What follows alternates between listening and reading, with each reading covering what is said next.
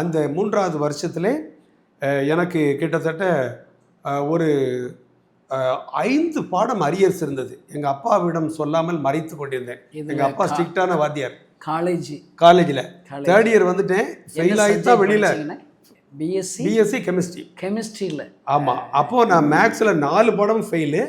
அடுத்து ஒரு chemistry, organic chemistry fail. 3rd year வந்தாச்சு. 3rd இயர் பாடம் வேறு இருக்குது.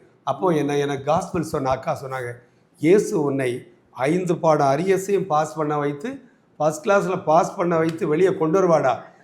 அதுதான் காஸ்பல்.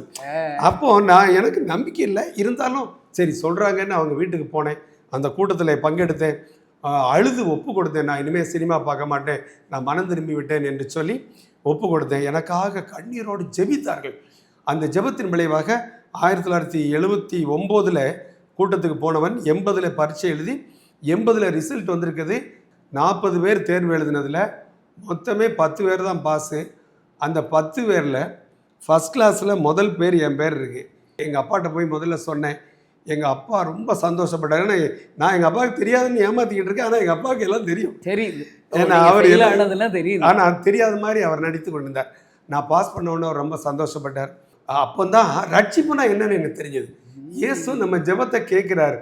ஏன்னா நான் பாஸ் பண்ண வாய்ப்பே இல்லை. ஒரு நண்பன் திடீரென்று அந்த விடுபட்ட பாடத்தை எல்லாம் சொல்லி கொடுத்தான். அப்போல்லாம் டுட்டோரியல் காலேஜெல்லாம் ஒன்றும் கிடையாது.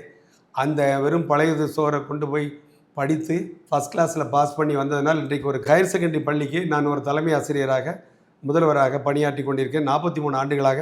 அன்றைக்கு தான் முதலாக இயேசு ரட்சிக்கிறார், அந்த இயேசு ஜீவனுள்ள தேவன் என்பதை நான் கண்டு கொண்டேன்.